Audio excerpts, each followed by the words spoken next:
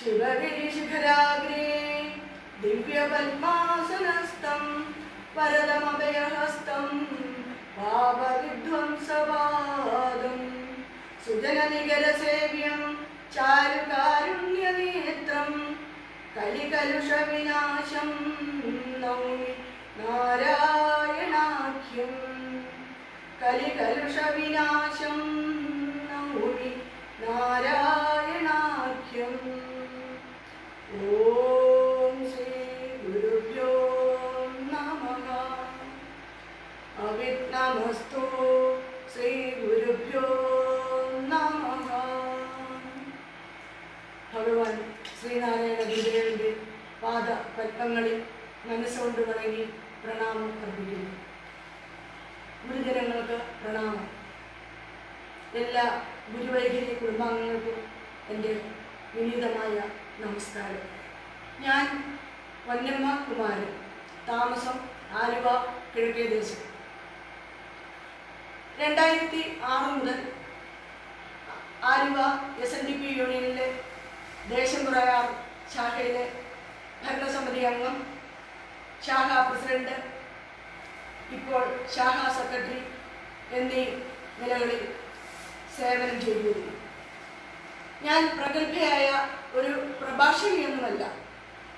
ഗുരുദേവ കൃതികളും ഗുരുദേവൻ്റെ പുസ്തകങ്ങളും ചരിത്രങ്ങളുമൊക്കെ വായിച്ചും പഠിച്ചും മനനം ചെയ്തും സ്വായത്തമാക്കിയ കൊച്ചു കൊച്ചു അറിവുകൾ മാത്രമുള്ള ഒരു എളിയ ഗുരുഭക്ത.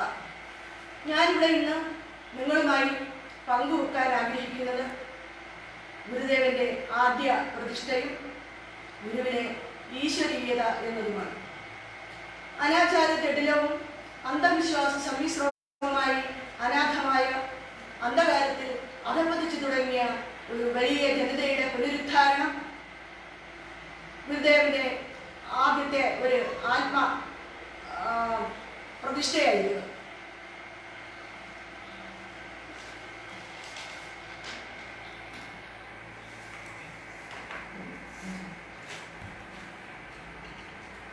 ലോകാരാധ്യനായ ഭഗവാൻ ശ്രീനാരായണ ഗുരുദേവൻ അവിടുത്തെ നവോത്ഥാന പ്രവർത്തനങ്ങളിൽ നാന്ദി കുറിച്ചത് അരിവിപ്പുറം പ്രതിഷ്ഠയോടുകൂടിയായിരുന്നു. നവോത്ഥാനം, അതായത് പച്ച മലയാളത്തിൽ പറഞ്ഞാൽ പുതിയ എഴുന്നേൽപ്പ് എന്നാണ് പച്ച മലയാളത്തിൽ അതിൻ്റെ അർത്ഥം. ഇരുണ്ട യുഗത്തിൽ നിന്നും 15-ാം നൂറ്റാണ്ടിലാണ് ആധുനിക സയൻസിലേക്കുള്ള പുതുപ്പുറപ്പാടുണ്ടാകുന്നത്. അതിനെ സൂചിപ്പിക്കുവാൻ ഇംഗ്ലീഷിൽ ഒരു വാക്കുണ്ടായി, റിനൈസൻസ്. നവോത്ഥാനം, അത് ഈ പുതുപ്പുറപ്പാട് എന്നത് ഇതിൻ്റെ പേര്, അതിന് ആഠ്യത്വം പോരാ എന്ന് വെച്ച് നാം അതിനെ പുതുപ്പുറപ്പാടിന് പകരം നവോത്ഥാനം എന്ന് വിളിച്ചു. അതായത് മീൻ പിടുത്തം എന്നത് മത്സ്യബന്ധനവും കള്ളൻ എന്നത് മോഷ്ടാവുമായതുപോലെ ഈ പുതുപ്പുറപ്പാട് അതായത് നവോത്ഥാനം, അതിൻ്റെ അലകൾ പലയിടത്തും പല രീതിയിലാണ് അത് അലയടിച്ചത്. കേരളത്തിലത് ശ്രീനാരായണ ഗുരു, ചട്ടമ്പി സ്വാമികൾ, ചാവറ പിതാവ്, നടരാജ ഗുരു ഇവരിലൂടെ അരങ്ങേറി. ഗുരുദേവന്റെ ആദ്യ പ്രതിഷ്ഠ അത് നമുക്ക് എല്ലാവർക്കും അറിയാം അല്ലേ, അരിവിപ്പുറത്താണ്. അവസാനത്തെ പ്രതിഷ്ഠ വൈക്കത്ത് ഉല്ലലയിൽ ഓംകാരേശ്വരത്ത് ഓം ശാന്തി എന്ന് ഗുരു കണ്ണാടിയിൽ എഴുതി പ്രതിഷ്ഠിച്ചു. ഗുരുദേവൻ 54 ക്ഷേത്രങ്ങളിൽ ഗുരു നേരിട്ടും 26 ക്ഷേത്രങ്ങളിൽ ഗുരുവിൻ്റെ അനുഗ്രഹാശിസുകളുടെയും പ്രതിഷ്ഠ നടന്നു. അരിവിപ്പുറം പ്രതിഷ്ഠ എവിടെയാണ് സ്ഥിതി ചെയ്യുന്നത് നമുക്കെല്ലാവർക്കും അറിയാം.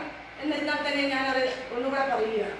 തിരുവനന്തപുരം ജില്ലയിൽ നെയ്യാറ്റിൻകര മുനിസിപ്പാലിറ്റിയിൽ പരിങ്കിടാവുള്ള ഗ്രാമപഞ്ചായത്തിലാണ് അരിവിപ്പുറം ക്ഷേത്രപ്രതിഷ്ഠ സ്ഥിതി ചെയ്യുന്നത്. അരിവിപ്പുറം പ്രതിഷ്ഠ കേവലം ഒരു ക്ഷേത്രപ്രതിഷ്ഠ മാത്രമായിരുന്നില്ല. പിന്നെയോ ഭഗവാൻ ശ്രീനാരായണ ഗുരുദേവന്റെ അവതാര കൃത്യനിഷ്ഠയുടെ ആരംഭമായിരുന്നു. അത് മാത്രമായിരുന്നില്ല, കഷ്ടം ദീനം പിടിച്ചും മതിലേത് കുടിച്ചും കിടക്കുന്ന ജനതയെ സമുദ്ധരിക്കുന്നതിനുള്ള ദൈവീക കർമ്മത്തിൻ്റെ പുനഃപ്രതിഷ്ഠ കൂടിയായി.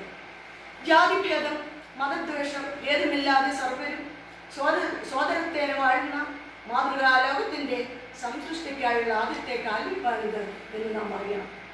ആയിരത്താണ്ടുകളായി അക്ഷരവിഹീനരായ അനാചാര ജടിലമായ ജീവിത ചര്യകൾ കൊണ്ട് അന്ധകാരത്തിന്റെ ആഴത്തിൽ കൊണ്ടുപോയ ജനകൊടികളെ നവോത്ഥാനത്തിന്റെ വൻപുലരിയിലേക്ക് നയിച്ച സംഭവമാണ് അരിവിപ്പുറം പ്രതിഷ്ഠ. ആ കാലഘട്ടത്തിലേക്ക് ഒന്ന് തിരിഞ്ഞു നോക്കുമ്പോൾ നമുക്ക് കാണാം, തൊട്ടുകൂടാത്തവരും തീണ്ടിക്കൂടാത്തവരും ദൃഷ്ടിയിൽപ്പെട്ടാലും ദോഷമുള്ളവരുമായ ഈ രാജ്യത്തെ ബഹുഭൂരിപക്ഷം വരുന്ന അടിസ്ഥാന വർഗത്തിന്റെ ദുരവസ്ഥ എത്ര ദയനീയമായിരുന്നു. അതുകൊണ്ടാണല്ലോ നരന് അശുദ്ധ വസ്തു പോലും ധരയിൽ നടപ്പത് തീണ്ടലാണ് പോലും, നരകം ഇവിടമാണ് കണ്ട കഷ്ടം, ഹരഹര ഇങ്ങനെ വല്ല നാടുമുണ്ടോ എന്നിങ്ങനെ മഹാകവി കുമാരനാശൻ സിംഹനാദം എന്ന തൻ്റെ കൃതിയിലൂടെ വിലപിച്ചിട്ടുള്ളത്. ഉത്തിഷ്ഠത, ജാഗ്രത, പ്രാപ്യവരാൻ നിബോധത, ഉണരുവിൻ, എഴുന്നേൽക്കുവിൻ, ഉത്തമന്മാരായ ഗുരുക്കന്മാരെ പിന്തുടരുവിൻ എന്ന കഠോപനിഷത്ത് സന്ദേശം ഭാരതമെമ്പാടും പ്രചരിപ്പിച്ച സ്വാമി വിവേകാനന്ദൻ കേരളത്തിൽ നിന്ന് നിലനിന്നിരുന്ന സാമൂഹ്യ വ്യവസ്ഥ കണ്ടിട്ടും കേട്ടിട്ടുമാണ് കേരളം ഒരു ഭ്രാന്താലയം, യുണാറ്റിക് അസൈലം എന്ന് വിശേഷിപ്പിച്ചത്. ഇതിന് കാരണമായ ആചാരത്തെ നോക്കി സ്വാമി റെഡിക്കുലസ്, അതായത് വിഡ്ഢിത്തം എന്നും വിശേഷിപ്പിച്ചു. എന്തായിരുന്നു ആ വിഡ്ഢിത്തം?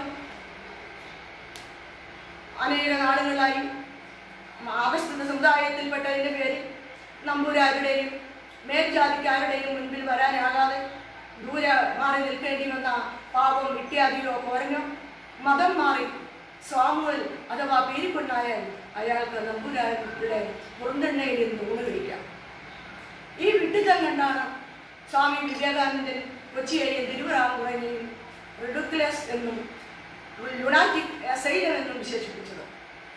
1892 മതഭ്രാന്തി പിടിച്ച വിഡ്ഢികളുടെ നാടാണെന്ന് വിവേകാനന്ദ സ്വാമി പറഞ്ഞ് ഏതാണ്ട് 30 വർഷം കഴിഞ്ഞു മഹാത്മാഗാന്ധി തിരുവിതാംകൂർ സന്ദർശിച്ചപ്പോൾ അതേ നാടിനെ തീർത്ഥസ്ഥാനം എന്ന് വിശേഷിപ്പിച്ചു. മനുഷ്യരൂപത്തിൽ അവതരിച്ച ഭഗവാൻ ശ്രീനാരായണ ഗുരുദേവൻ സ്വാമി വിവേകാനന്ദൻ വിശേഷിപ്പിച്ച ആ ഭ്രാന്തിന്റെ ലോകത്തെ അപ്പോഴേക്കും തീർത്ഥസ്ഥാനമാക്കി മാറ്റിയിരുന്നു. നമുക്കറിയാം, എല്ലാ നവോത്ഥാനങ്ങളും ആരംഭിച്ചിട്ടുള്ളത് നദീതടങ്ങളിൽ നിന്നാണ്. അരുവിപ്പുറം എന്ന് വെച്ചാൽ നദീതടം എന്ന് തന്നെ അർത്ഥം. ശ്രീനാരായണ ഗുരുദേവൻ മരുത്വാമലയിൽ തപസ്സനുഷ്ഠിച്ച ശേഷം തിരിച്ചെത്തിയത് അരുവിപ്പുറത്തേക്കായിരുന്നു. അരുവിപ്പുറത്തെ കൊടുതുരുക്കി മലയുടെ ഉച്ചയിൽ ഗുരു ധ്യാനനിരതനായിരിക്കും. ഗുരുവിന്റെ തപസ് അവതാര കൃത്യനിർവഹണത്തിനായുള്ള പ്രാരംഭമായിരുന്നു. ശക്തി ആർജിക്കൽ ഗുരുവായിരുന്നു. തപസ്സാണ് മഹാഗുരുക്കന്മാരെ സൃഷ്ടിക്കുന്നത്. കൊട്ടാരം വിട്ടിറങ്ങിയ സിദ്ധാർത്ഥ രാജകുമാരൻ അതികഠിനമായ തപസ്സിൽ കൂടി അവസാനം ബോധിവൃക്ഷ ചുവട്ടിൽ വെച്ച് ഒരു പൗർണമി നാളിൽ ബോധോദയം ഉണ്ടായപ്പോൾ അവിടുന്ന് ഭഗവാൻ ശ്രീബുദ്ധനായി. അതുപോലെ 12ാമത്തെ വയസ്സിൽ പരിത്യാഗിയായി ഇറങ്ങി തിരിച്ച ഇമ്മാനുവൽ എന്ന യേശു, പിതാവ്, പുത്രൻ, പരിശുദ്ധാത്മാവ് എന്നീ മൂന്നിൻ്റെയും അർത്ഥത്തെ സാക്ഷാത്കരിച്ച് ദൈവത്തെ അറിഞ്ഞപ്പോൾ ക്രിസ്തുവായി. അറേബ്യയിലെ മുഹമ്മദിന്റെ തപസ് അദ്ദേഹത്തെ നബിയാക്കി. അതുപോലെ ചെമ്പഴന്തിയിൽ വന്നു പറഞ്ഞ നാരായണൻ മരുത്വാമലയിലും മറ്റും ചെയ്ത തീവ്രമായ തപസ്സിന്റെ ഫലമായി നാരായണ ഗുരുവായി ഭഗവാൻ ശ്രീനാരായണ പരമഹംസ ദേവനായി വിരാജിച്ചു. 6 പടികളിലുള്ള ഒരു കുളത്തിലേക്ക് ഇറങ്ങിയ 6 പേർ തണ്ടി, ജലം, നീര്, വാട്ടർ, പാനി, തോയം എന്നൊക്കെ വെള്ളത്തെ വിലയിരുത്തുന്നത് പോലെ സമൂഹ മധ്യത്തിലേക്ക് ഇറങ്ങി അനുഗ്രഹ വർഷം ചെറിയുന്ന ഗുരുക്കന്മാരെ ലോകം ഇങ്ങനെയൊക്കെ നടത്തിപ്പാടുന്നു. വാസ്തവത്തിൽ ഈ വിശേഷണങ്ങളെല്ലാം ഒന്ന് തന്നെ. അതിനാൽ ഭഗവാൻ ശ്രീനാരായണ ഗുരുദേവൻ പ്രവാചകനാണ്, അവതാര പുരുഷനാണ്, സിദ്ധനും ബുദ്ധനുമാണ്. അവിടുന്ന് കാരുണ്യമാനായ ജഗത് ഗുരുവായി. ക്രിസ്തുദേവൻ ജോർദാൻ നദിയുടെ കരയിലേക്ക് ഇറങ്ങി വന്നതുപോലെ ഗുരുദേവൻ നെയ്യാറിൻ്റെ തീരത്തേക്ക് വന്നു. നെയ്യാറിൻ്റെ തീരത്താണല്ലോ അരുവിപ്പുറം എന്ന ആ കൊച്ചു ഗ്രാമം. ആ നാമം, ആ പേര് അവിടുന്ന് തന്നെ നൽകിയതാണ്. അരുവിയുടെ തീരത്തുള്ള പുലിപ്പാറ ഗുഹയാണ് അവിടുന്ന് ആദ്യം വാസസ്ഥലമായി തിരഞ്ഞെടുത്തത്. അരുവിപ്പുറത്തെ കൊടുതിൽക്കുമലയുടെ ഉച്ചിയിൽ ഗുരു ധ്യാനനിരതനായിരിക്കും. പെരുങ്കിടാവയ്ക്ക് സമീപമുള്ള ആങ്കോട് ശിവക്ഷേത്രത്തിന് നൂറ്റാണ്ടുകളുടെ പഴക്കമുണ്ട്. ഗുരുദേവൻ കൊടുതിൽക്കുമലയുടെ ഉച്ചിയിൽ ധ്യാനത്തിലിരിക്കുന്ന സമയം അവർണ്ണ ജനതയ്ക്ക് ക്ഷേത്രപ്രവേശനം നിഷേധിച്ചിരുന്ന കാലം. ക്ഷേത്രത്തിൽ നിന്നും കുറെ അകലെയായി മാറി ഒരു തുണി പിടിച്ചിരുന്ന ഒരു തോർത്ത്. എന്തിനാണെന്നില്ലേ? അവർണ്ണർക്ക് അതിൽ കാണിക്കയില്ല, ദർശനവുമില്ല, പ്രസാദവുമില്ല. അരുവിപ്പുറത്തെ പുലിവാതിക്കൽ വീട്ടിലെ വേലായുധൻ വൈദ്യൻ കൊടുതിൽക്കുമലയിൽ ധ്യാനത്തിലിരുന്ന ഗുരുദേവനെ ഒരു ദിവസം വിളിച്ചുകൊണ്ട് വന്നിട്ട് കാണിച്ചു കൊടുത്തു. ക്ഷേത്രത്തിൽ നിന്നും സവർണ ഭക്തർ പിരിഞ്ഞു വിട്ടുകൊണ്ടിരുന്ന സമയം പൂജാരി കുച്ചിനിപ്പുരയിലേക്ക് പോയി. ക്ഷേത്രവാതിൽ തുറന്നു കിടക്കുകയാണ്. ഒരു പട്ടി അതിലൂടെ കടന്നു വന്ന് ദേവന്റെ നിവേദ്യം ഭക്ഷിക്കുന്നു. ഇത് കണ്ടു നിന്ന ഗുരുദേവൻ പറഞ്ഞു, നായയ്ക്ക് പ്രവേശനമുള്ളിടത്ത് നരന് പ്രവേശനമില്ല, നമുക്കും ഒരു ക്ഷേത്രം പണിയണം വൈദ്യരെയും. വേർതിരിവിന്റെ വിഗ്രഹാരാധനയെ തകിടമറിച്ച അരുവിപ്പുറം ക്ഷേത്രപ്രതിഷ്ഠയുടെ പ്രചോദനം അവിടെ നിന്നും ഉൾക്കൊണ്ടതാണ്. അരുവിപ്പുറം ക്ഷേത്രപ്രതിഷ്ഠയെക്കുറിച്ച് ആധികാരികമായ ചരിത്രം നമുക്ക് ലഭിക്കുന്നത് ശിവലിംഗദാസ സ്വാമികളുടെ വാക്കുകളിൽ കൂടിയാണ്. ഗുരുവിന്റെ ആദ്യ പ്രതിഷ്ഠ ശിവലിംഗമെങ്കിൽ ആദ്യ ശിഷ്യൻ ശിവലിംഗദാസൻ. വിഗ്രഹ പ്രതിഷ്ഠാ ചരിത്രത്തിൽ ഇന്നോളം ഇളകാത്ത ശിവലിംഗ പ്രതിഷ്ഠയിൽ ശിഷ്യ ഗണങ്ങളിൽ സ്ഥിതപ്രജ്ഞനായി തീർന്ന ശിഷ്യൻ. രണ്ടിന്റെയും ശക്തിയും ചൈതന്യവും ഒന്നുതന്നെ.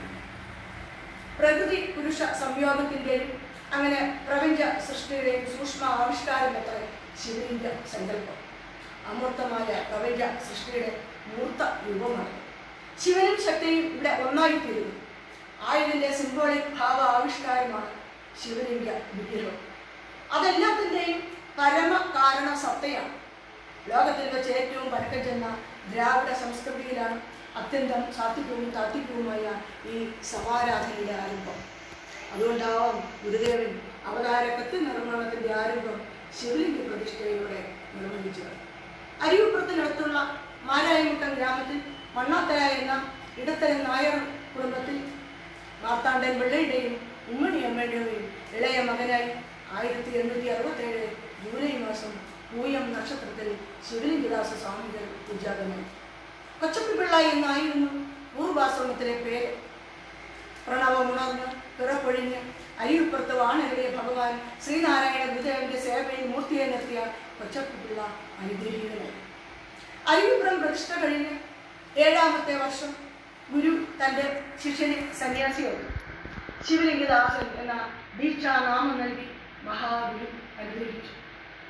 അരുവിപ്പുറം പ്രതിഷ്ഠാ സമയത്ത് സാന്നിധ്യമുണ്ടാകാൻ ഭാഗ്യം സിദ്ധിച്ച ഉത്തമ ശിഷ്യനായ ശിവലിംഗദാസ സ്വാമികൾ ഗുരുവിന്റെ പ്രധാനപ്പെട്ട എല്ലാ പ്രതിഷ്ഠകളിലും സന്നിഹിതനായിരുന്നു. ഗുരു ഏകദേശം ഏതാണ്ട് 30 വർഷത്തോളം ഗുരുവിനെ ശിഷ്യൻ അനുഗമിച്ചു. ഗുരുവിനെ കൺകുളിർക്കെ കണ്ടു എന്ന് തന്നെ പറയാം. കാണേണ്ടതുപോലെ തന്നെ കണ്ടു. താൻ ദർശിച്ച ഗുരുഭാവം സ്വാമികൾ ഗുരുശക്തം എന്ന ദിവ്യ സ്തോത്രത്തിലൂടെ ലോകത്തോട് വിളിച്ചു പറഞ്ഞു. ഓം ബ്രഹ്മണേ മൂർത്തിമതേ സദാനാം ശുദ്ധിഹേരവേ നാരായണയതീന്ദ്രയായ തസ്മൈ ശ്രീ ഗുരവേ നമഃ. ഗുരുദേവൻ മൂർത്തിമത്തായ ബ്രഹ്മമാണ്. ദൈവം രൂപം എടുത്തുകൊണ്ടതാണ്. 6 പദ്യങ്ങളിലൂടെ ഗുരുദേവ സ്വരൂപം ശിവലിംഗദാസ സ്വാമികൾ അവതരിപ്പിച്ചതുപോലെ മറ്റാർക്കും ഇന്നോളം സാധിച്ചിട്ടില്ല എന്ന് പറയാം. 6 പദ്യങ്ങളുടെയും ആദ്യാക്ഷരങ്ങൾ കൂട്ടി വായിച്ചാൽ ഒരു മന്ത്രം കിട്ടും. അത് നമുക്ക് എല്ലാവർക്കും അറിയാം, അല്ലേ? ഓം നമഃശിവായ. ശിഷ്യനെ കുറിച്ച് ഗുരുദേവൻ പറഞ്ഞത് ശിവലിംഗദാസ ശിവലിംഗത്തെ പോലെയാണ്, ഒരു ദിക്കിൽ പ്രതിഷ്ഠിച്ചാൽ ഒരിക്കലും പിന്നീട് ഇളകില്ല എന്നാണ്. സന്യാസ ദീക്ഷ നടന്നതിന്റെ ഭാഗമായി ഗുരു ശിഷ്യന് നൽകിയത് കാഷായ വസ്ത്രമല്ല, പിന്നെയോ വെണ്മയായ വെള്ള വസ്ത്രമായിരുന്നു. ഗുരുദേവൻ അക്കാലത്ത് വെള്ള വസ്ത്രമായിരുന്നു ധരിച്ചിരുന്നത്. ഗുരുദേവൻ കൂടുതൽ കാലവും വെള്ള വസ്ത്രമായിരുന്നു ധരിച്ചിരുന്നത്. ഇത് പലരും തികഞ്ഞ അജ്ഞതയോടെയാണ് വിലയിരുത്തിയിട്ടുള്ളത് എന്നതാണ്. ഗുരുദേവൻ ധരിച്ചിരുന്ന വെണ്മയായ വെള്ള വസ്ത്രം അവിടുത്തെ ദർശനത്തിന്റെ ഭാഗമായിരുന്നു എന്ന് നാം അറിയണം. പാരമ്പര്യം വെച്ച് നോക്കുമ്പോൾ ഗുരുദേവ പ്രസ്ഥാനം ദ്രാവിഡ സംസ്കാരത്തിന്റെ തുടർച്ചയാണ്. ഗുരുദേവൻ വെള്ള വസ്ത്രം ധരിച്ചിരുന്നതും ശിഷ്യരിൽ പലരെയും ആ രീതിയിൽ തന്നെ നയിച്ചത് ഇതിന്റെ ഭാഗമായാണ്. നമുക്കറിയാം എല്ലാ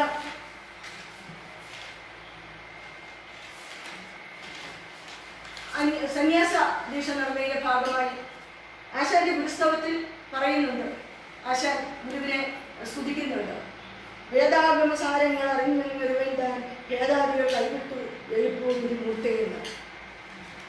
വേദത്തിൻ്റെയും ആഗമത്തിൻ്റെയും, അതായത് വേദാന്ത സമ്പ്രദായത്തിൻ്റെയും സിദ്ധാന്ത സമ്പ്രദായത്തിൻ്റെയും സാരം ഒന്ന് തന്നെ എന്നറിഞ്ഞ് ഭേദാദികൾ കൈവിട്ട് ഗുരുദേവൻ വേദചിന്തകളോ ഒന്നും ഗുരുദേവൻ ഉണ്ടായിരുന്നില്ല. അതിനാലാണ് അതിന് തൂവെണ്ണയായ വെള്ള വസ്ത്രം ധരിച്ചിരുന്നതും പിന്നീട് യാതൊരു ഭേദഭാവവും കാട്ടാതെ കാഷായം ധരിച്ചിരുന്നത്. രണ്ട് ആധ്യാത്മിക സമ്പ്രദായങ്ങളെ ഗുരുദേവൻ ഇവിടെ സമന്വയിപ്പിക്കുന്നു. കൃതികളിൽ എന്ന പോലെ ജീവിതത്തിലും ഇത് വ്യക്തമാകും. 1924 ആണ്, അതായത് തൃപ്പാദങ്ങളുടെ 69ാം വയസ്സിലാണ് ഗുരുദേവൻ ആദ്യമായി കാഷായ വസ്ത്രം ധരിക്കുന്നത്. അതും ശിഷ്യന്മാരുടെ നിർബന്ധത്തിലൂടെ. രണ്ടാം വട്ടം സിലോൺ യാത്രയ്ക്ക് ഒരുങ്ങുമ്പോൾ തൻ്റെ ശിഷ്യന്മാരെ സമ്മാനിച്ച മഞ്ഞ വസ്ത്രങ്ങൾ ഒരു സന്തോഷത്തോടെ സഹജമായ ചിരിയോടെ സ്വീകരിച്ചു. ഒരുപക്ഷെ ശിഷ്യന്മാരിൽ നിന്നും സന്യാസം വാങ്ങിച്ച ഒരേ ഒരാൾ ഭഗവാൻ ശ്രീനാരായണ ഗുരുദേവനായിരിക്കും. 1888 മാർച്ച് 10 ശിവരാത്രി നാളിലെ അർദ്ധരാത്രി തങ്ങളുടെ പ്രത്യക്ഷ ദൈവമായ ഭഗവാൻ ശ്രീനാരായണ ഗുരുദേവൻ ശിഷ്യഗണങ്ങളുടെയും ഭക്തജനങ്ങളുടെയും കടുത്ത എതിർപ്പിനെ അവഗണിച്ചുകൊണ്ടാണ് നെയ്യാറിലെ അപകടം പരിഹരിക്കുന്ന ആഴമുള്ള കയമുള്ള ശങ്കരൻകുഴിയിലേക്ക് ഇറങ്ങിയത്. കഷ്ടം ദീനം പിടിച്ചു മധുരയത് കുടിച്ചും കിടക്കുന്ന ജനതയെ സമുദ്ധരിക്കുന്നതിനുള്ള ദൈവീക കർമ്മത്തിൻ്റെ സമാരംഭം. ഭഗവാൻ ശ്രീനാരായണ ഗുരുദേവന്റെ അവതാര കൃത്യനിർവഹണത്തിൻ്റെ പ്രാരംഭവും. ആ ദിവ്യ മുഹൂർത്തത്തിൽ കൊച്ചപ്പിപ്പിള്ള മുതലായ ശിഷ്യജനങ്ങളും ഭക്തജനങ്ങളും നിരന്തരം ജപിക്കുന്ന നമശിവായ മന്ത്രം അന്തരീക്ഷം എങ്ങും മുഖരിതമാണ്. എങ്ങും കുറ്റാക്കുറ്റിരുട്ട്. ഒരേ ഒരു മന്ത്രം, ഒരേ ഒരു മനസ്സും ഒരേ ഒരു വിചാരവും. അന്തരീക്ഷവും തന്നെ ദിവ്യമായി തീരുന്ന ഒരു സമയം. നദിയിൽ മുങ്ങിയ തങ്ങളുടെ രക്ഷകൻ പൊന്തി വരുന്നില്ല. നിമിഷങ്ങൾ മിനിറ്റുകളായി 10, 20, 30, 40 മിനിറ്റുകൾ കടന്നുപോയിരിക്കുന്നു. ഗുരുദേവൻ പൊന്തി വരുന്നില്ല. പലരും പകച്ച് ഭയന്ന് നിലവിളിച്ചു. 100 കണക്കിന് ഖണ്ഡങ്ങളിൽ നിന്നും നമശിവായ മന്ത്രം തങ്ങളുടെ മഹാഗുരുവിന് അപകടമൊന്നും വരരുതേ എന്ന പ്രാർത്ഥനയും വിലാപവും അതിൻ്റെ പാരമ്യത്തിലെത്തി. അപ്പോൾ കാണാം വലതു കൈയിൽ ഒരു വിഗ്രഹവും പൊക്കിപ്പിടിച്ച് ഇടതു കൈ തികഞ്ഞ ഒരു കായികാഭ്യാസിയുടെ പാടവത്തോടുകൂടി പായൽ പറ്റിപ്പിടിച്ചിരുന്ന പാറച്ചെരുവിൽ ഊന്നിപ്പൊങ്ങി പ്രത്യക്ഷനാവുന്നു. അരിമുപ്പുറത്തെ പ്രതിഷ്ഠയ്ക്കായി കാത്തു സൂക്ഷിച്ചിരുന്ന ശിവലിംഗത്തെ കാത്തു സൂക്ഷിച്ച ആ ശങ്കരൻകുഴിക്ക് എത്രമാത്രം താഴ്ചയുണ്ടെന്ന് ഇന്നേവരെ ആരും തന്നെ കണ്ടെത്തിയിട്ടില്ല. ശങ്കരൻകുഴിയിലെ അഗാധതയിൽ മുങ്ങി 3/4 മണിക്കൂറിന് ശേഷം ശിവലിംഗ വിഗ്രഹവുമായി പൊങ്ങി വന്ന ഗുരുവിൻ്റെ ആധ്യാത്മിക ചൈതന്യം അവർണ്ണനീയം എന്നാണ് ഇതിന് ദൃക്സാക്ഷിയായ ശിവലിംഗദാസ സ്വാമികൾ വെളിപ്പെടുത്തുന്നത്. സ്വാമികളുടെ വാക്കുകളിൽ കൂടി പറഞ്ഞാൽ അർദ്ധരാത്രി സമയത്ത് പോലും ഭഗവാന്റെ മുഖം സൂര്യഭഗവാനെ പോലെ ജ്വലിച്ചിരുന്നു എന്നാണ്. സൂര്യനെ എന്നവണ്ണം ആ മുഖത്തേക്ക് നോക്കുവാൻ ആർക്കും സാധിച്ചിരുന്നില്ല. നദിയിൽ മുങ്ങിയ ഭഗവാന്റെ മുഖത്തിന് നേരെ നോക്കാൻ തനിക്കും കഴിഞ്ഞില്ല. അതൊരു വികസിച്ച അരുണാര ബിന്ദം തന്നെയായിരുന്നു. പരമ ശാന്തതയ്ക്ക് പകരം ആ മുഖത്തപ്പോൾ അത്തിജല കാന്തിയാണ് കളിയാടിയത്. ജനകോടികളെ കൈവിടാതെ കാത്തുരക്ഷിക്കുവാൻ ശിവലിംഗ വിഗ്രഹവും നെഞ്ചോട് ചേർത്ത് മാറോട് ചേർത്ത് ഭഗവാൻ ധ്യാനത്തിൽ ലയിച്ച് നിലകൊള്ളും. അവിടുത്തെ തൃക്കണ്ണകളിൽ നിന്നും ധാരധാരിയായി ഒഴുകി വീഴുന്ന കണ്ണീർക്കണങ്ങൾ വിഗ്രഹത്തെ അഭിഷേകം ചെയ്തു എന്നതാണ്. ഏതാണ്ട് 3 മണിക്കൂറുകളോ നീണ്ട ആ ദിവ്യ ധ്യാനനിഷ്ഠയിൽ നിന്നും ആ സമാധിയിൽ നിന്നും ഉണർന്ന ഗുരുദേവൻ ബ്രഹ്മ മുഹൂർത്തത്തിൽ തന്നെ വിഗ്രഹ പ്രതിഷ്ഠ നടത്തുകയുണ്ടായി. ഇങ്ങനെയാണ് ഗുരു അവിടുത്തെ അവതാര കൃത്യത്തിൻ്റെ ഗണപതി കൊണ്ടുവരുന്നത്. പ്രതിഷ്ഠാ നിർവഹണത്തിന് ശേഷം സമയം കുറേയേറെ നീണ്ടതിന് ശേഷമാണ് ഗുരുവിന്റെ മുഖഭാവം പൂർവ്വസ്ഥിതിയിൽ എത്തിയുള്ളൂ എന്നാണ് ദൃക്സാക്ഷികൾ പറയുന്നത്. തത്സമയത്ത് ആ സ്ഥലത്തിന് മുകളിലുള്ള ആകാശത്ത് ഒരു കാന്തി പ്രസരത്തിന്റെ ദർശനം ഉണ്ടായതായും ഒരു ദിവ്യ ജ്യോതിസ് താഴോട്ടിറങ്ങി വന്ന വിഗ്രഹത്തിൽ പ്രവേശിച്ചു എന്നുമാണ് ശിവദാസ സ്വാമികൾ വെളിപ്പെടുത്തുന്നത്. ലോകം കണ്ട അത്ഭുതങ്ങളിൽ അവിസ്മരണീയമായി ഈ മഹാസംഭവം കേരളത്തിന്റെ ആധ്യാത്മിക സാമുദായിക നഭവമണ്ഡലത്തിൽ ഇടിമുഴക്കം സൃഷ്ടിച്ചു ഈ അരുവിപ്പുറം പ്രതിഷ്ഠ. കാരണം അന്നേ വരെ സവർണർക്ക് മാത്രം പറഞ്ഞിട്ടുള്ളതായിരുന്നല്ലോ വിഗ്രഹ പ്രതിഷ്ഠയും വിഗ്രഹാരാധനയും. 1000 ആണ്ടുകളായി സവർണ ആധിപത്യത്തിന്റെ മാമൂലുകളെയും വെല്ലുവിളിച്ചുകൊണ്ട് ഗുരുദേവൻ ഇങ്ങനെ ഒരു പ്രതിഷ്ഠാകൃത്യവുമായി മുന്നോട്ട് വന്നത്. രാജ്യത്തന്ന് നിലനിന്നിരുന്ന 2 വ്യവസ്ഥകളെ അതിധീരമായി ചോദ്യം ചെയ്തുകൊണ്ടായിരുന്നു ഗുരു ഈ പ്രതിഷ്ഠാകൃത്യവുമായി മുന്നോട്ട് വന്നത്. എന്തായിരുന്നു ആ 2 വ്യവസ്ഥകൾ? ഒന്ന്, തന്ത്രശാസ്ത്ര വിധി പ്രകാരം അവർണ സമുദായത്തിൽ ജനിച്ച ഒരു ഗുരുവിന്, ഒരു മനുഷ്യന് സ്വാത്വിക ദൈവങ്ങളെ ആരാധിക്കുവാനുള്ള അവകാശമുണ്ടായിരുന്നില്ല. രണ്ടാമതായി, തിരുവിതാംകൂർ പത്മനാഭസ്വാമിയുടെ മണ്ണാണ്. അവിടെ ഒരു ക്ഷേത്രം സ്ഥാപിക്കണമെങ്കിൽ അതിന് ഗവൺമെന്റിന്റെ അനുവാദം വേണം. ഈ 2 അവസ്ഥകളുടെ ലംഘനമായിരുന്നു അരുവിപ്പുറം പ്രതിഷ്ഠ. ശാന്തമായ സ്വരവും ധീരമായ പ്രവൃത്തിയും കൊണ്ട് വലിയ ഒച്ചപ്പാടുകളും കോലാഹലങ്ങളും ഉണ്ടാവുകയാണ് ഗുരുദേവൻ ആ ധീര കൃത്യം നടത്തിയത്. നമുക്കറിയാം, ഈ അരുവിപ്പുറം പ്രതിഷ്ഠ ഇത് കഴിഞ്ഞ ഉടനെ സവർണ മേധാവിത്വം ആകെ ഇളകി മറന്നു. അവർ ഗുരുദേവനെ സമീപിച്ചിട്ട്, അതിൽ പ്രമുഖരായ ഒരാൾ ഗുരുദേവനെ സമീപിച്ചിട്ട് ചോദിച്ചു, ഈഴവന് ശിവപ്രതിഷ്ഠ ആവാമോ എന്ന്. ഗുരു പറഞ്ഞു, നാം ഈഴവ ശിവനെയാണല്ലോ പ്രതിഷ്ഠിക്കുന്നത് എന്ന് മന്ത്രമധുരമായി ഒന്നുകൊണ്ടായിരുന്നു ഗുരു അവരുടെ വായ കൽപ്പിച്ചത്. പ്രതിഷ്ഠാ നിർവഹണത്തിന് ശേഷം ഗുരു അവിടെ ഇങ്ങനെ എഴുതി, ജാതിഭേദം മതദ്വേഷം ഏതുമില്ലാതെ സർവ്വരും സോദരത്തെ വാഴുന്ന മാതൃകാസ്ഥാനമാണ് പേര്. ഭാരതീയ ക്ഷേത്ര സങ്കല്പത്തെ തകിടം മറിച്ചുകൊണ്ട് അരുവിപ്പുറത്ത് നടന്ന ആ ശിവപ്രതിഷ്ഠ സമൂഹത്തിലെ ഒരു ഉറപ്പിക്കലായിരുന്നില്ല, മറിച്ച് ഒരു ഇളക്കി മറിക്കലായിരുന്നു. അവരവന്റെ ശിവനെ പ്രതിഷ്ഠിക്കുവാൻ ബ്രാഹ്മണത്തിന്റെ കാരുണ്യം വേണ്ട എന്നായിരുന്നു അന്ന് 33 വയസ്സ് മാത്രം പ്രായമുള്ള നാടുവരുന്ന അവരുടെ ലളിതമായ അവർക്ക് അന്നത്തെ ആ കാലഘട്ടത്തിൽ അന്നത്തെ ജാതി വ്യവസ്ഥ എന്തായിരുന്നു എന്ന് നമുക്കത് പരിശോധിക്കണ്ടേ. അന്ന് ഭാരതത്തിൽ പൊതുവെ ബ്രാഹ്മണ, ക്ഷത്രിയ, ശൂദ്ര ഭേദമേ ഉണ്ടായിരുന്നു എങ്കിൽ കേരളത്തിൽ 900 ജാതികൾ ഉണ്ടായിരുന്നു എന്നുള്ളത് ലോകത്ത് മറ്റെങ്ങുമില്ലാത്ത ഒരു സവിശേഷതയാണ്. കേരളത്തിൽ നിന്ന് ചാതുർവർണ്ണ വ്യവസ്ഥയായിരുന്നു ഉണ്ടാവുന്നത്. അതായത് ബ്രാഹ്മണൻ, ക്ഷത്രിയൻ, വൈശ്യൻ, ശൂദ്രൻ എന്നിങ്ങനെയായിരുന്നു അന്നത്തെ വർണ്ണ വ്യവസ്ഥ.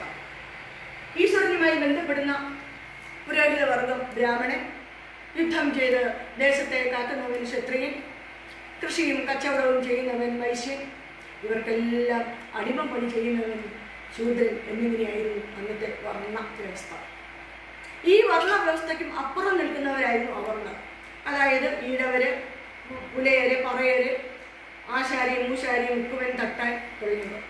ഇവർക്കൊക്കെ സ്വാത്വിക ദൈവങ്ങളായ ശ്രീരാമൻ, ശ്രീകൃഷ്ണൻ, ശിവൻ, ഗണപതി, സരസ്വതി തുടങ്ങിയ ദൈവങ്ങളെ ആരാധിക്കുവാൻ അവകാശം ഉണ്ടായിരുന്നില്ല.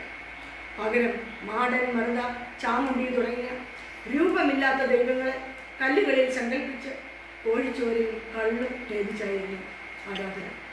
ഇത്തരം ഒരു കാലഘട്ടത്തിൽ ഒരു തുള്ളി ചോര ചിന്താതെ, ഒരു സമരത്തിനും ആഹ്വാനം നൽകാതെ പരിവർത്തനത്തിന്റെ കാലചക്രം തിരിക്കാൻ ഭഗവാൻ ശ്രീനാരായണ ഗുരുദേവൻ മുന്നിട്ടിറങ്ങിയപ്പോൾ 10,000-കണക്കിന് അധകൃത വർഗത്തിന്, അടിസ്ഥാന വർഗത്തിന്, അധ്വാനിക്കുന്ന വർഗത്തിന് ആത്മാഭിമാനത്തോടെ തല ഓടിച്ചു നടക്കുവാനുള്ള, തല ഉയർത്തി നടക്കുവാനുള്ള സ്വാതന്ത്ര്യം ലഭിച്ചു.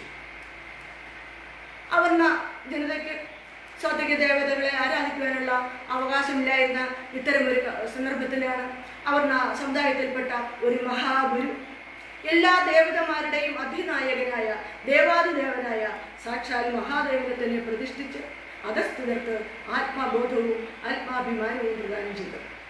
ഒരു സുപ്രഭാതത്തിൽ ശ്രീനാരായണ ഗുരുദേവൻ ഇത്തരം ഒരു കർമ്മ പദ്ധതിയുമായി രംഗപ്രവേശനം ചെയ്തതല്ല, മറിച്ച് സുചിന്തിതമായ പഠനവും മനനവും ആധ്യാത്മിക സാധനയും ഇതിന്റെ പിന്നിലുണ്ട്. സത്യ സാക്ഷാത്കാരത്തിലൂടെ സിദ്ധിയും ശക്തിയും ചൈതന്യവും ആർജിച്ച ഒരു തപോധനന്റെ ധന്യതയോടുകൂടിയ ആത്മബലിയായിരുന്നു.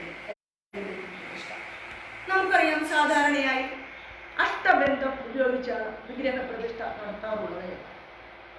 12 വർഷം കൂടുമ്പോൾ അഷ്ടബന്ധം ദ്രവിച്ച് ഇളക്കം തട്ടുന്നതിനാൽ അതിൻ്റെ പുനഃപ്രതിഷ്ഠ നടത്താറുണ്ട്. ഇങ്ങനെ ഈ അരുവിപ്പുറം പ്രതിഷ്ഠ ഇങ്ങനെ അഷ്ടബന്ധം ഉപയോഗിച്ചിരുന്നതേയില്ല. വെറും ഒരു പാറപ്പരപ്പിൽ ഒരു ശിലാഖണ്ഡം വെച്ചതേയുള്ളൂ. അത് പിന്നീട് ഇളകിയിട്ടേയില്ല. 2 പാറകൾ, 2 ലോഹങ്ങൾ കൂട്ടി വിളക്കിയാൽ ഒന്നായി പോകുന്നത് പോലെ ഇവിടെ പാറകൾ ഉരുകി ഒലിച്ച് ഒന്നായിരിക്കുന്നു. ഇപ്പോൾ 132 വർഷങ്ങൾ പിന്നിട്ടിരിക്കുകയാണ്. ഇനി 1000 വർഷം കഴിഞ്ഞാലും അത് അവിടെ നിന്ന് ഇളകുകയില്ല. യുഗാത അവതാരമായ ഭഗവാൻ ശ്രീനാരായണ ഗുരുദേവന്റെ ആധ്യാത്മിക ചൈതന്യത്തിന്റെ സുദൃഢമായ ശക്തിയാണ് നമ്മളുടെ കാണുന്നത്. നമ്മൾ ഈ കുറേ നാളുകൾക്ക് മുമ്പ് ദൃശ്യ മാധ്യമങ്ങളിലൂടെയും വാർത്താ മാധ്യമങ്ങളിലൂടെയും ഒക്കെ അറിയുകയും കേൾക്കുകയും ഒക്കെ ചെയ്തതാണ് ഗുരുദേവനെ ആൾ ദൈവം എന്ന് വിളിച്ചാക്ഷേപിക്കുന്നത്. ഗുരുദേവനെ ആൾ ദൈവം എന്നാണ് വിളിച്ചാക്ഷേപിച്ചത്. അതുപോലെ വേറൊരു സ്ഥലത്ത് ഗുരുദേവനെ കഴുത്തിൽ കയറിട്ട് വലിക്കുകയും കുരിശിൽ തറയ്ക്കുകയും ചെയ്തു. ഗുരുദേവ ദർശനത്തെയും വികലമാക്കി അവതരിപ്പിക്കുവാൻ പാഴ്വേല കാട്ടിയവർക്കുള്ള മറുപടി കൂടിയാണ് ചരിത്ര പ്രാധാന്യം നിറഞ്ഞ ഈ അരുവിപ്പുറം പ്രതിഷ്ഠ. ഗുരുദേവൻ ദൈവമാണോ എന്ന് തീരുമാനിക്കേണ്ടത് വിശ്വാസികളാണ്, അല്ലേ? അല്ലാതെ ബഹുമാനപ്പെട്ട നീതിപീഠങ്ങളോ പേരിൻ്റെ കൂടെ വാലുകളും കൊണ്ട് നടക്കുന്ന, വിമർശിക്കാൻ വേണ്ടി മാത്രം നടക്കുന്ന വിമർശകர்களോ അല്ല. ശൂദ്രൻ വേദം കൈകൊണ്ട് തൊട്ടാൽ അവൻ്റെ കൈകൾ മുറിക്കണമെന്നും വേദത്തെ നോക്കിയാൽ ആ കണ്ണുകൾ കുത്തിപ്പൊട്ടിക്കണമെന്നും വേദമന്ത്രം ചൊല്ലിയാൽ ആ നാവ് അറുത്തു കളയണമെന്നുമുള്ള സാമൂഹിക അന്യായം നിലനിന്നിരുന്ന കാലത്ത് അറിവതിനിങ്ങനെ ആർക്കും മോതിടയണം എന്ന മഹാമന്ത്രം മുഴുക്കി ഇരുളിനെ ഇരുന്നെഴുവാതെ സൂര്യനായി ഭഗവാൻ ശ്രീനാരായണ ഗുരു അവതരിച്ചു. ഗുരുദേവൻ മനുഷ്യാവതാരം കൊണ്ട ഈശ്വരാംശമായിരുന്നതിൻ്റെ തെളിവുകൾ ആ ജീവിതത്തിൽ നിന്നും കർമ്മങ്ങളിൽ നിന്നും കൃതികളിൽ നിന്നും ലഭിക്കുന്നുണ്ട്. മനുഷ്യനായിരിക്കുക എന്നത് ദൈവമായിരിക്കുന്ന ഒരു തടസ്സമാണെങ്കിൽ യേശുക്രിസ്തുവിനെ ആരാധിക്കുന്നതിലും ആ തടസ്സം ഉണ്ടാവേണ്ടിയിരുന്നു. വിമർശകർ ഉന്നയിക്കുന്ന മറ്റൊരു ചോദ്യം, ഗുരുദേവൻ ദൈവമായിരുന്നു എങ്കിൽ ക്ഷേത്രങ്ങൾ സ്ഥാപിച്ചതും സ്തോത്രകൃതികൾ രചിച്ചതും എന്തുകൊണ്ടാണ്? ഗുരുദേവൻ ഇതൊക്കെ ചെയ്തത് തനിക്ക് വേണ്ടിയായിരുന്നില്ല. അത് സമൂഹത്തിൽ ഭക്തിയും ഈശ്വരവിശ്വാസവും വളർത്തുന്നതിന് വേണ്ടിയായിരുന്നു. അങ്ങനെയെങ്കിൽ യഹോവയെയും പിതാവിനെയും സാക്ഷാൽ ദൈവത്തെയും കുറിച്ച് സംസാരിച്ചു കൊണ്ടിരുന്ന ക്രിസ്തുവിനെ ദൈവമാക്കുന്നതിനും ആ പ്രശ്നമുണ്ട്. കുരിശിൽ തറയ്ക്കപ്പെട്ടപ്പോൾ ക്രിസ്തു വിലപിച്ചത് എൻ്റെ ദൈവമേ, എൻ്റെ ദൈവമേ, നീ എന്നെ കൈവിട്ടത് എന്തേ എന്നായിരുന്നതിനാൽ ക്രിസ്തു ദൈവവും ദൈവപുത്രനുമല്ലെന്ന് പറയാൻ ക്രിസ്തുവിൽ വിശ്വസിക്കുന്ന, ക്രിസ്തുവിനെ ആരാധിക്കുന്ന വ്യക്തികൾക്കാവില്ല. മന്ദിരടി പൂജയും പായസവും ഉണ്ട്. സ്ത്രീരകത്ത് വാണകളിയ ദേവതകൾ പോലും കൈവിട്ട് കളഞ്ഞ ഒരു ജനസമൂഹത്തെ ജീവിതത്തിൻ്റെ ചെളിക്കുണ്ടിൽ നിന്നും പിടിച്ചു കയറ്റിയ ഗുരുദേവനെ അവിടുത്തെ പിൻതലമുറ ദൈവത്തെക്കാൾ ഉന്നതനായി കണ്ട് ഭജിക്കുന്നുവെങ്കിൽ അത് പരമ്പരയായി കൈമാറിയിരുന്ന പിതൃഗുണത്തിൻ്റെ മഹിമയാണ്. ഗുരുദേവന്റെ ആധ്യാത്മികത മനസ്സിലാക്കുകയും അവ ഉൾക്കൊള്ളുകയും ചെയ്താൽ ദൈവത്വം ആ അവതാര മഹിമയുടെ ഭാഗം തന്നെയായിരുന്നു എന്ന തിരിച്ചറിവിലെത്തുവാൻ നമുക്ക് കഴിയുന്നതാണ്. മനുഷ്യ ജന്മം കൊണ്ടെത്താവുന്ന പരമമായ പദം ദൈവ പദമാണെന്ന് മനുഷ്യനെ ലോകത്തിനെ ബോധിപ്പിച്ച ഏക മനുഷ്യജന്മം ഭഗവാൻ ശ്രീനാരായണ ഗുരുദേവൻ്റേത്. ദൈവം എന്നത് ഒരു രൂപമോ നാമമോ വ്യക്തിയോ അല്ല, അതൊരു ദിവ്യമായ പദമാണ്. ആ പദത്തിൽ എത്തിച്ചേരാൻ മനുഷ്യന് സാധിക്കും എന്നാണ് ഗുരുദേവൻ മനുഷ്യ അവതാരമെടുത്ത് മാനവരാശിയെ ബോധിപ്പിച്ചത്. വഴിയാത്രക്കിടയിൽ ഒരു സത്രത്തിലെത്തുന്ന മനുഷ്യനെ പോലെയാണ് മനുഷ്യ ജീവിതം. വഴിയാത്രക്കാരിൽ അവിടെ എത്തുമ്പോൾ അവർക്ക് അവിടെ കഴിക്കാനുള്ള ഭക്ഷണം കിട്ടും, കുടിക്കാൻ വെള്ളം കിട്ടും, കിടക്കാൻ കട്ടിലും പുതപ്പും കിട്ടും. പക്ഷേ അതെല്ലാം അവിടെ തിരികെ ഏൽപ്പിച്ചിട്ട് വേണം അയാൾ മടങ്ങേണ്ടത്. നാം ലക്ഷ്യം വെക്കുന്ന യാത്ര പരമപദത്തിലേക്കുള്ളതാണ്. അതിനിടയിൽ കുറച്ചു കാലത്തെ മനുഷ്യജീവിതം, ശരീരം പോലും അന്ത്യയാത്രയിൽ നമുക്ക് കൊണ്ടുപോകാനാവില്ല. ഇത് മനസ്സിലാക്കി എല്ലാത്തിനോടും നിർമ്മമത്വം ഉണ്ടാകണം എന്നാണ് ഗുരു പറയുന്നത്.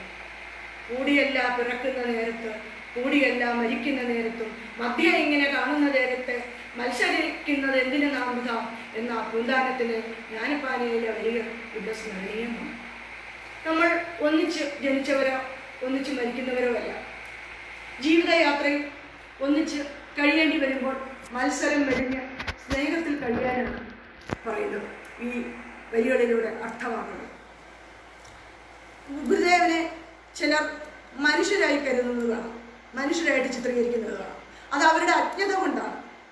ഗുരുദേവൻ മനുഷ്യനാണെങ്കിൽ നമ്മളാരും മനുഷ്യൻ എന്ന പദത്തിന് യോഗ്യരില്ല. ഗുരുദേവനെ ദൈവമായി കരുതിയാൽ നമുക്ക് മനുഷ്യരായി മാറാൻ സാധിക്കും. ഗുരുദേവൻ പൂർണ്ണ സത്യത്തിൽ ലയിച്ചാണ് മനുഷ്യരൂപത്തിൽ ജീവിച്ചത്. ഗുരുവിനേക്കാൾ പൂർണ്ണനായി ഇന്ന് ഭൂമിയിൽ ആ സ്ഥാനത്ത് ആരുമില്ല. ഗുരു പരമമായ അറിവിൽ അമർന്ന് അത് മാത്രമായി തീർന്നവരാണ്. ആ സത്യം നമ്മൾ എല്ലാവരും മനസ്സിലാക്കണം. അനുകമ്പാദേശത്തിൻ്റെ ഗുരു പറയുന്നുണ്ട്, അരുൾ, അൻപ്, അനുകമ്പ എന്നീ ഗുണങ്ങളാണ് നമ്മൾ വളർത്തിയെടുക്കേണ്ടത് എന്ന്. ഈ ഗുണങ്ങൾ വളർത്തിയാൽ നമുക്ക് മനുഷ്യ ദൈവപദത്തിലെത്താം എന്നാണ് ഗുരു പറയുന്നത്. അതല്ല എങ്കിൽ നമ്മൾ ജീവിതം കൊണ്ട് ആരായിരുന്നാലും ഗുരുവിൻ്റെ ഭാഷയിൽ പറഞ്ഞാൽ അസ്ഥിതോൽ സ്ഥിരനാറുന്ന വിളമ്പ് എന്നിങ്ങനെ ഒരു രൂപം മാത്രമായി. അത്തരം ജീവിതം ഫലവും ഗന്ധവുമില്ലാത്ത പുഷ്പം പോലെയാണെന്നാണ് പറയുന്നത്. പഞ്ചശുദ്ധിയും പഞ്ചധർമ്മവും അനുഷ്ഠിച്ച് ജീവിക്കുക. അപ്പോൾ ജീവിതത്തിന് ശ്രേയസ്സും പ്രേയസ്സും കൈവരും. മനുഷ്യത്വപൂർണ്ണമായ ജീവിതത്തിന് ഗുരു നിർദ്ദേശിക്കുന്ന തത്വങ്ങളാണിവ. ഇവയൊന്നും ഒരു അണുവിട പോലും തെറ്റാതെ ആചരിച്ചു കാട്ടിത്തന്നു ഭഗവാൻ. അവിടെയാണ് നമ്മൾ ഇതൊക്കെ അറിയേണ്ടത്. ഒരു ചരിത്ര സംഭവം കൂടെ നിങ്ങളുടെ മുന്നിൽ എല്ലാവർക്കും അറിയാമെങ്കിൽ കൂടി നിങ്ങളുടെ മുന്നിൽ ഇതൊന്ന് ഞാൻ അവതരിപ്പിക്കുകയാണ്. 1922 നവംബർ 22 മഹാകവി രവീന്ദ്രനാഥ ടാഗോർ ശിവഗിരിയിൽ ഗുരുവിനെ സന്ദർശിക്കുവാൻ എത്തിയത്. സന്ദർശന ശേഷം അദ്ദേഹം ആ സന്ദർശക ഡയറി ഇങ്ങനെ രേഖപ്പെടുത്തി: ഞാൻ ലോകത്തിൻ്റെ പല ഭാഗത്തും സഞ്ചരിച്ചിട്ടുണ്ട്. അതിനിടയ്ക്ക് ധാരാളം മഹർഷിമാരെയും പുണ്യാത്മാക്കളെയും കണ്ടുമുട്ടാനുള്ള സൗഭാഗ്യവും എനിക്കുണ്ടായിട്ടുണ്ട്. എന്നാൽ ഒരു കാര്യം എനിക്ക് തുറന്ന് സമ്മതിക്കേണ്ടിയിരിക്കുന്നു. മലയാളത്തിലെ നാരായണ സ്വാമിയേക്കാൾ മികച്ച അഥവാ അദ്ദേഹത്തിനോട് തുല്യനായ ഒരു മഹാപുരുഷനെയും എനിക്ക് കാണുവാൻ സാധിച്ചിട്ടുണ്ടായിരുന്നു. അനന്തതയിലേക്ക് നീട്ടിയിരിക്കുന്ന ആ യോഗ നയനങ്ങളും ഈശ്വര ചൈതന്യം തുടങ്ങുന്ന ആ മുഖ തേജസ്സും ഞാൻ ഒരിക്കലും മറക്കുന്നതല്ലാതെ. ആരായി പറഞ്ഞത്? വിശ്വമഹാകവി, ജനഗണമനയും ഗീതാഞ്ജലിയും എഴുതിയ വിശ്വമഹാകവി, ലോകമെങ്ങും സഞ്ചരിച്ച ഒരു വിശ്വമഹാകവിയുടേതാണ് ഈ വാക്കുകൾ. ടാഗോറിനോടൊപ്പം ഉണ്ടായിരുന്ന ദീനബന്ധു എന്ന അപരനാമത്താൽ അറിയപ്പെടുന്ന യൂറോപ്യനായ CF ആൻഡ്രൂസ് രേഖപ്പെടുത്തിയത് ഞാൻ ദൈവത്തെ മനുഷ്യരൂപത്തിൽ കണ്ടു എന്നാണ്. ഞാൻ ദൈവത്തെ മനുഷ്യരൂപത്തിൽ കണ്ടു എന്ന്.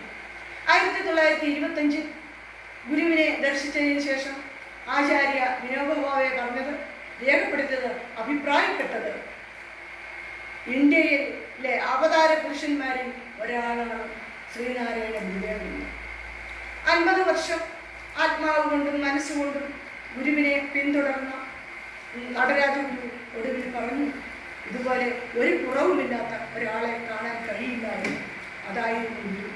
സാമൂഹ്യ പരിഷ്കർത്താവ് എന്ന നിലയിൽ മാത്രം ഗുരുവിനെ താഴ്ത്തിക്കാണാൻ ശ്രമിക്കുന്നവരുടെ കണ്ണു തുറപ്പിക്കുന്നതിന് വേണ്ടിയാണ് ഞാൻ ഈ വരികളിലൂടെ ഉദ്ധരിച്ചത്. ഒരു സാഹചര്യത്തിലും ശോഭിക്കാതെ, ആരെയും വെറുക്കാതെ, സ്വന്തമായി യാതൊന്നും വേണമെന്ന് ആഗ്രഹിക്കാതെ, തൻ്റെ ആയുസ്സും വപസ്സും തപസ്സും മാനവരാശിയുടെ ആധ്യാത്മികവും ഭൗതികവുമായ ശ്രേയസ്സിന് വേണ്ടി സമർപ്പിച്ച കാരുണ്യവാനായ ഈ മഹാഗുരു ഇവിടെ പിറവിയെടുത്തില്ലായിരുന്നുവെങ്കിൽ കേരളത്തിൻ്റെ ചിത്രം മറ്റൊന്നാകുമായിരുന്നു. കഷ്ടപ്പെട്ട് ആർജിച്ച തപസ് മറ്റുള്ളവർക്ക് വേണ്ടി പൂർണ്ണമായും ത്യജിച്ച ഒരു ഋഷീശ്വരൻ ഭാരതത്തിൽ ഉണ്ടായിട്ടില്ല. ആത്മാനന്ദത്തിന് ആകാശത്തു നിന്നും മണ്ണിൻ്റെ മാറിലേക്ക് സ്വയം പൊട്ടിവീണ നക്ഷത്രം. ആ നക്ഷത്ര വെളിച്ചമാണ് നമ്മെ നേരാൻ വഴി കാട്ടിയത്.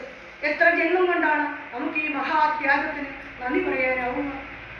ആത്മോപദേശ ശതകത്തിന്റെ 56 ശ്ലോകത്തിലൂടെ ഗുരുദേവൻ നമ്മോട് പറയുകയാണ്, കടലിൽ എഴുംതീര പോലെ കായം ഓരോന്നും ഉയർന്നു കടലിൽ എഴുംതീര പോലെ കായം ഓരോന്നും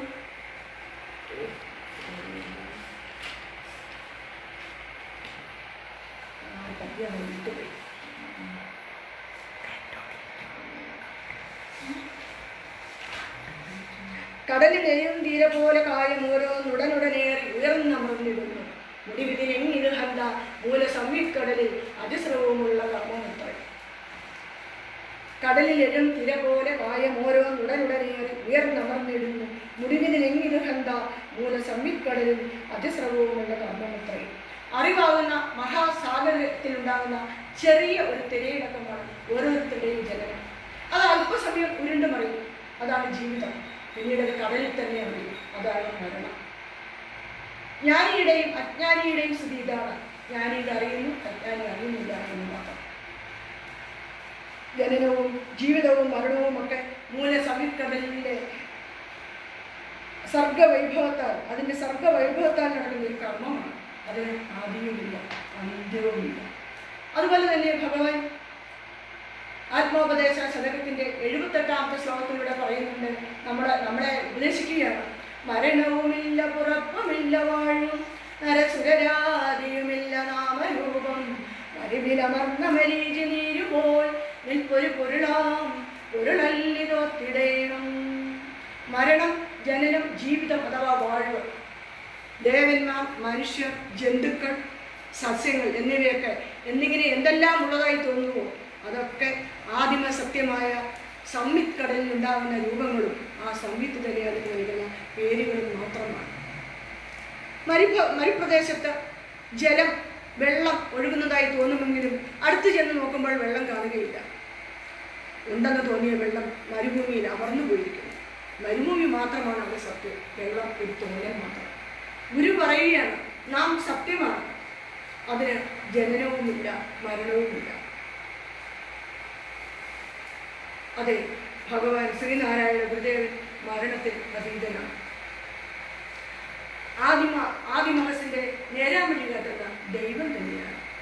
ദൈവം പ്രകാശമാണ്, അണയാത്ത പ്രകാശധാരയാണ്. ഗുരുദേവ വചനങ്ങൾ എത്രത്തോളം നമ്മുടെ ജീവിതത്തിൽ പ്രാവർത്തികമാക്കാനായി എന്നതാവട്ടെ ഓരോ ഗുരുദേവ ഭക്തരുടെയും ചിന്താംശവും. ആ ചിന്ത ജീവിതത്തിൽ ഒരു പുതിയ വെളിച്ചം പകരുമെങ്കിൽ, മാറ്റം വരുത്തുന്നതെങ്കിൽ അത് തന്നെയാണ് ഏറ്റവും വലിയ പൂജ. നിർത്തട്ടെ. നന്ദി, നമസ്കാരം. എൻ്റെ ഈ ഒരു എളിയ പ്രഭാഷണം ശ്രമിച്ച എല്ലാ സജ്ജനങ്ങൾക്കും എൻ്റെ വിനീതമായ നമസ്കാരം. ഈ ഗുരുവൈഖരിയിലെ അഡ്മിൻസിന് പ്രത്യേകിച്ചും എസ്പെഷ്യലി ഈ വിനോദ് വാസുദേവന് ഹൃദയത്തിൻ്റെ ഭാഷയിൽ ഞാൻ നന്ദി പറഞ്ഞുകൊണ്ട് നിർത്തട്ടെ. നന്ദി, നമസ്കാരം. ഗുരുധർമ്മം ജയിക്കട്ടെ. പുരഹരാ പൂർവമിതെന്തു ഞാൻ പിഴച്ചു, ഈ പരവശഭാവമൊഴിഞ്ഞിടായി വരിഞ്ഞ് പുരമെരി ചെയ്തതുപോലെ ജന്മജന്മാന്തര വിനയൊക്കെ ഇരിക്കണം ക്ഷണം. ഓം ലോകാ സമസ്താ സുഖിനോ ഭവന്തു, ലോകാ സമസ്താ സുഖിനോ ഭവന്തു, ലോകാ സമസ്താ സുഖിനോ ഭവന്തു. സർവേ ഭവന്തു സുഖിനഃ, സർവേ സന്തു നിരാമയാ, സർവേ ഭദ്രാണി പശ്യന്തു, മാ കശ്ചിത് ദുഃഖഭാഗ് ഭവേത്. ഓം ശാന്തി ശാന്തി.